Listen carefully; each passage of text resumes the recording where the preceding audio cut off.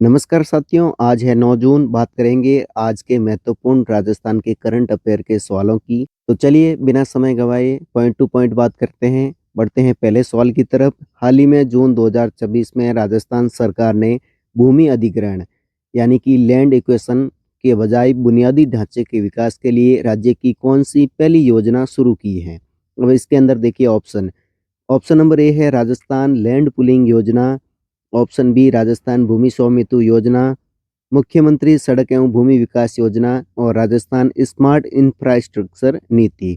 बात करें इसके अंदर तो राजस्थान के अंदर सड़कों और सार्वजनिक कार्यों और जो शहरी बुनियादी ढांचे हैं इनके निर्माण के लिए पारंपरिक भूमि अधिग्रहण से हटकर है जो अपनी पहली लैंड पुलिंग योजना है जो पेश की है।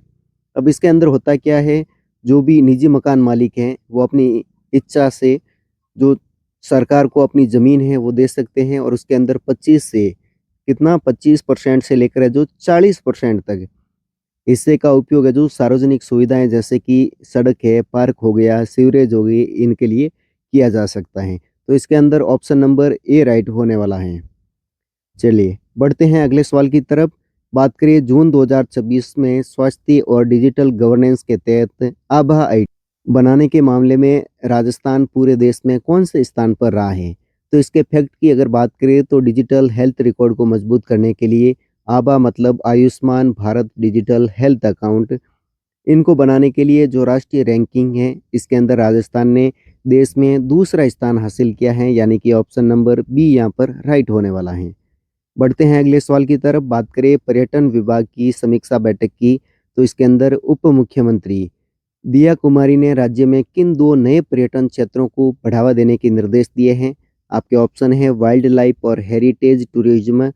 ऑप्शन बी की बात करें तो एस्ट्रो टूरिज्म और desert adventure tourism. Option number C की बात करें तो रूरल टूरिज्म और क्राफ्ट टूरिज्म। ऑप्शन डी धार्मिक और इको टूरिज्म। इसके अंदर अगर बात करें तो राजस्थान की उप मुख्यमंत्री और इसके साथ में पर्यटन मंत्री दिया कुमारी जी, इन्होंने राज्य में पर्यटन के नए आयाम जोड़ते हुए एस्ट्रो टूरिज्म यानी कि इनको कहते हैं तारों और अंतरिक्ष को देखने का पर्यटन और थार मरुस्थल के अंदर डेजर्ट एडवेंचर टूरिज्म को बड़े स्तर पर प्रमोट करने की घोषणा की है। तो इसके अंदर ऑप्शन नंबर बी राइट होने वाला है। चलिए आगे बात कर लेते हैं क्वेश्चन नंबर 4 की। तो इसके अंदर अगर बात करें तो जल संरक्षण और पर्यावरण संरक्षण के लिए हाल ही में राजस्थान में वंदे गंगा अभियान बहुत ही महत्वपूर्ण है। वंदे गंगा अभियान के तहत कितनी गतिविधियां आयोजित की गई हैं। ऑप्शन 2500, 4210, 5962 या फिर 8000। तो इसके अंदर देखिए जल शक्ति और पर्यावरण चेतना है, इसको बढ़ावा देने के लिए वंदे गंगा अभियान, कौन सा अभियान है, यह है वंदे गंगा अभियान। ये चलाया गया है और इसके तहत रिकॉर्ड दर्ज किया गया है 5962 जन जागरूकता और जल संरक्षण की गतिविधियां हैं ये संपन्न की गई हैं। तो यहाँ पर ऑप्शन नंबर राइट होने वाला है आपके, देखिए 5962 यानी ऑप्शन नंबर सी। चलिए नेक्स्ट सवाल बहुत ही इंपॉर्टेंट है। राजस्थान के किस जिले के अंदर हाल ही में चिलचिलाती गर्मी यानी कि हीट वेव इससे राहत देने के लिए देश का पहला अनोखा नेट जीरो कूलिंग स्टेशन, इसको जरा ध्यान से देखिए, नेट जीरो कूलिंग स्टेशन कहाँ पर शुरू किया गया है। ऑप्शन है जोधपुर, जैसलमेर, जयपुर, बीकानेर। तो यहाँ पर ऑप्शन नंबर सी राइट होने वाला है जयपुर। जयपुर के अंदर जो चिलचिलाती गर्मी है इससे राहत पाने के लिए देश का पहला और अनोखा नेट जीरो कूलिंग स्टेशन है जो स्थापित किया गया है। चलिए आगे बढ़ लेते हैं अगले सवाल की तरफ। हाल ही में राज्य सरकार द्वारा स्वीकृत 1140 करोड़ की जो ब्राह्मणी बैराज परियोजना है इनके लिए भूमि अधिग्रहण की प्रक्रिया शुरू की गई है और ये मुख्य रूप से किस क्षेत्र से संबंधित हैं। तो सवाल हमसे पूछा गया है, ऑप्शन हमारे पास में है पश्चिमी राजस्थान में सिंचाई। ऑप्शन बी की बात करें हाड़ौती और आसपास के क्षेत्रों में जलापूर्ति और बुनियादी ढांचा, शेखावाटी में पेयजल व्यवस्था और मेवाड़ में बांध निर्माण। तो हाल ही में राज्य सरकार द्वारा जो 1140 करोड़ की ब्राह्मणी बैराज जो परियोजना है वो शुरू की गई है। तो उसके लिए जो 1140 करोड़ की जो लागत है इससे बनने वाली ये ब्राह्मणी बैराज जो परियोजना है इसका काम है जो अब लगभग शुरू भी हो चुका है और इससे क्या है कि इस क्षेत्र के अंदर जल संकट का स्थायी समाधान होने वाला है। ये क्षेत्र कौन सा है, ऑप्शन नंबर बी यहाँ पर राइट होगा। ये क्षेत्र है हाड़ौती और इसके आसपास के क्षेत्र है, इसके अंदर जलापूर्ति और बुनियादी ढांचे के लिए ये प्रोजेक्ट शुरू किया गया है। बात करें आगे, राजस्थान सरकार द्वारा हाल ही में उद्योगों को बढ़ावा देने के लिए कितने करोड़ रुपए की लागत से है जो 38 नई सड़कों के निर्माण को मंजूरी दी गई है। ऑप्शन 150 करोड़, 290 करोड़, 500 करोड़ या फिर 410 करोड़। तो औद्योगिक क्षेत्रों में कनेक्टिविटी मजबूत करने के लिए जो सीएम भजनलाल जी हैं, तो इन्होंने 290 करोड़ की 38 नई औद्योगिक लिंक सड़कों हैं, इनके निर्माण के लिए जो मंजूरी दे दी गई है, इनका रास्ता अब साफ हो चुका है। बढ़ते हैं अगले सवाल की तरफ। राजस्थान में किसानों को बड़ी राहत देते हुए बिजली विभाग ने जून 2026 में कितने जिलों में दिन के समय यानी कि डे टाइम के अंदर बिजली आपूर्ति के लिए 2 नए पावर ब्लॉक है जो सक्रिय किए गए हैं। अगर बात करें इनकी, तो ऑप्शन नंबर ए है 12 जिले, 20 जिले, 24 जिले और 33 जिले हैं। तो अब राजस्थान के अंदर 24 जिलों के अंदर है जो किसानों को रात की कड़कड़ाती ठंड या असुविधा में सिंचाई करनी नहीं पड़ेगी। सरकार ने जो दिन के ब्लॉक में बिजली देने के लिए 2 नए विशेष पावर ब्लॉक है जो एक्टिव किए हैं। तो ऑप्शन नंबर यहाँ पर सी राइट होने वाला है। बात करें आगे बढ़ते हैं। हाल ही में जारी आंकड़ों के अनुसार जनगणना 2001 से 11 के मध्य राजस्थान के किस जिले के अंदर नगरीय जनसंख्या है? यहाँ पर ध्यान रखना, नगरीय जनसंख्या इसके अंदर सर्वाधिक जो दशक की वृद्धि यानी कि प्रतिशत के अंदर वृद्धि है वो देखी गई है। ये सवाल हम इसलिए लाए हैं क्योंकि ये परीक्षाओं के अंदर बार-बार पूछा गया सवाल है और 2001 से लेकर 2011 के बीच में जो आंकड़े हैं वो लगातार परीक्षाओं के अंदर पूछे गए हैं। तो इसके अंदर ऑप्शन नंबर यहाँ पर राइट होने वाला है बी अलवर। तो अलवर के अंदर है जो जनगणना 2001 से 11 के मध्य राजस्थान के अंदर जो नगरीय जनसंख्या है इनके अंदर सर्वाधिक दशक की वृद्धि है जो देखी गई है। बढ़ते हैं अगले सवाल की तरफ। बात करें राजस्थान पशुपालन विभाग की जो हालिया समीक्षा हुई है, इनके अनुसार राज्य के अंदर कुल पशुधन के अंदर किन 2 प्रजातियों के अंदर निरंतर धनात्मक यानी कि पॉजिटिव ग्रोथ दर्ज की गई है?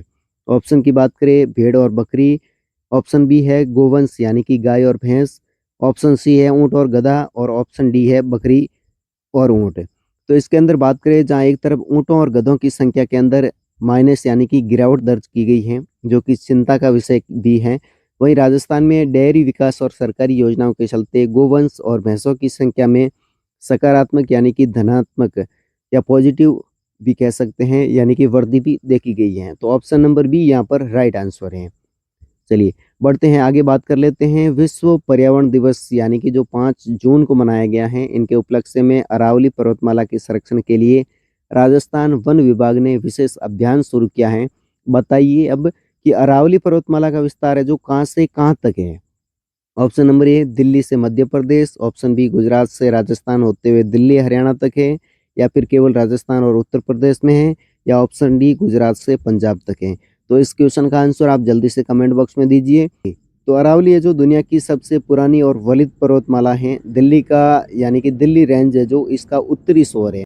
हाल ही में जो जून 2026 में अरावली के अवैध खनन को रोकने के लिए इसके इकोसिस्टम को बचाने के लिए राजस्थान सरकार ने कड़े नियम भी लागू किए गए हैं। ये भी आपको ध्यान में रखना है इसके साथ में पॉइंट। अगर बात करें इसके कौन सा ऑप्शन राइट होने वाला है, तो ऑप्शन नंबर बी यहाँ पर राइट आंसर है। ऑप्शन नंबर बी गुजरात से राजस्थान होते हुए दिल्ली हरियाणा तक है जो अरावली पर्वतमाला का विस्तार है। बढ़ते हैं अगले सवाल की तरफ। राजस्थान तकनीकी विश्वविद्यालय यानी कि आरटीयू कोटा ने हाल ही में विद्यार्थियों के हित में फैसला लेते हुए उन छात्रों को क्या विशेष अवसर देने की घोषणा की है जिनकी डिग्री समय सीमा समाप्त होने के बाद भी अधूरी है? तो इनके लिए ऑप्शन है सीधे पास करने की नीति, या फिर मर्सी चांस यानी कि एडिशनल मर्सी चांस। अगर बात करें ऑप्शन सी की, तो ऑनलाइन एग्जाम का विकल्प, या फिर फीस रिफंड योजना। तो इनमें से कौन सी आरटीयू ने शुरू की है? तो आरटीयू कोटा की अगर बात करें तो उन हजारों विद्यार्थियों को इन्होंने राहत दी है जिनकी बीटेक या अन्य डिग्रियां हैं जो समय सीमा के भीतर किन्हीं कारणों से बैकलॉग रहने के कारण जो अधूरी रह गई थी, उन्हें एक अतिरिक्त जो मर्सी चांस दिया गया है। ऑप्शन नंबर बी यहाँ पर राइट आंसर है। बढ़ते हैं अगले सवाल की तरफ। जयपुर शहर के सबसे व्यस्ततम चौराहों में से एक अजमेरी गेट है। इसको ट्रैफिक जाम से मुक्ति दिलाने के लिए जून 2026 में किस नई यातायात व्यवस्था को लागू किया गया है?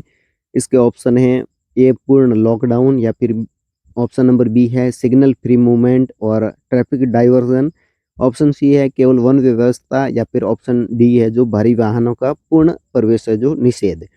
तो इसके अंदर जयपुर की जो स्मार्ट सिटी ट्रैफिक मैनेजमेंट है, इसको जोड़ने के लिए अजमेरी गेट पर नया ट्रैफिक प्लान लागू कर उसे सिग्नल फ्री बनाने की ख्वाहिश शुरू की गई है, जिससे जो पीक आवर्स में जाम नहीं लगने वाला है। यानी कि ऑप्शन नंबर बी यहाँ पर राइट होने वाला है, सिग्नल फ्री मूवमेंट और ट्रैफिक डाइवर्जन। बात करें अगले सवाल की, तो इसके अंदर हाल ही में रामसर कन्वर्सेशन के तहत भारत का 100वां रामसर स्थल जयप्रकाश नारायण पक्षी अभयारण्य, जिसको सुराताल भी कहते हैं, ये घोषित हुआ था। इस संदर्भ में बताइए कि राजस्थान का पहला रामसर स्थल कौन सा था। अब बात करें पहले रामसर स्थल की, तो पहला रामसर स्थल था ऑप्शन नंबर बी केवलादेव राष्ट्रीय उद्यान। बात करें इसके फैक्ट की, तो भारत के अंदर जून 2026 में 100वीं रामसर साइट है जो सुराताल यूपी के अंदर है। ये कहाँ पर है? यूपी के अंदर, उत्तर प्रदेश के अंदर है। भारत 1982 में इसमें शामिल हुआ था। और राजस्थान का केवलादेव राष्ट्रीय उद्यान भरतपुर और उड़ीसा की सिल्का झील है जो भारत के सबसे पहले रामसर स्थल थे। कौन कौन से थे? एक बार फिर बता रहा हूँ, केवलादेव राष्ट्रीय उद्यान जो कि भरतपुर के अंदर है, और उड़ीसा की चिल्का झील है। ये भारत के पहले रामसर स्थल घोषित किए गए थे। राजस्थान में वर्तमान में 2 रामसर साइट हैं, एक तो है केवलादेव और दूसरी कौन सी है? दूसरी है सांबर। बढ़ते हैं अगले सवाल की तरफ। जून के प्रथम सप्ताह के अंदर राजस्थान में किस पश्चिमी विक्षोभ से जिले में भीषण रेतीला तूफान यानी कि मैसिव सैंडस्टॉर्म आया था, जिससे दृश्यता यानी कि विजिबिलिटी है जो शून्य के करीब पहुंच गई थी, और मौसम विभाग ने रेड अलर्ट भी जारी किया गया है। अगर आप राजस्थान के अंदर रहते हैं तो ये आपको अच्छी तरीके से पता होगा। इसका जो आंसर है वो आप कमेंट बॉक्स में आसानी से दे सकते हैं। अगर ऑप्शन की बात करें तो जैसलमेर, बीकानेर, बाड़मेर, या फिर ऑप्शन डी ए और बी दोनों। जून के जो पहले सप्ताह के अंदर राजस्थान के अंदर पश्चिमी जिले से भीषण रेतीला तूफान आया था, जिसमें दृश्यता जो शून्य के करीब पहुंच गई थी, यानी कि कुछ भी नहीं दिखाई दे रहा था। मौसम विभाग ने रेड अलर्ट भी जारी किया था। तो जून 2026 की शुरुआत में जैसलमेर और बीकानेर जिलों से भीषण धूलभरी आंधी और चक्रवाती रेतीले तूफान देखे गए थे, जिनसे पूरे क्षेत्र को ढक लिया गया था। और भूगोल और पर्यावरण के समसामयिक मुद्दों के तहत ये राजस्थान की जलवायु परिस्थितियों का एक बड़ा अपडेट भी है। तो इसके अंदर ऑप्शन नंबर ए और बी दोनों राइट होने वाले हैं, जैसलमेर और बीकानेर। तो चलिए दोस्तों, ये थे आज की राजस्थान के करंट अफेयर के महत्वपूर्ण सवाल। आज 9 जून थी, और जो राजस्थान के अंदर वर्तमान में जो भी भर्तियां चल रही हैं उनके लिए सबसे महत्वपूर्ण सवाल थे। अगर बात करें इनके पीडीएफ की, तो डिस्क्रिप्शन बॉक्स में टेलीग्राम का लिंक है, वहाँ पर आपको फैक्ट के समेत पीडीएफ मिलने वाले हैं, जिससे आप अपने नोट्स भी बना सकते हैं और इसका रिवीजन भी कर सकते हैं। आपको इस चैनल पर डेली सुबह 6 बजे करंट अफेयर की वीडियोज मिलने वाले हैं, तो चैनल पर नए हो तो सब्सक्राइब भी कर लीजिए। वीडियो पसंद आया हो तो लाइक भी कर लीजिए। मिलते हैं अगले वीडियो के अंदर, तब तक के लिए धन्यवाद। जय हिंद।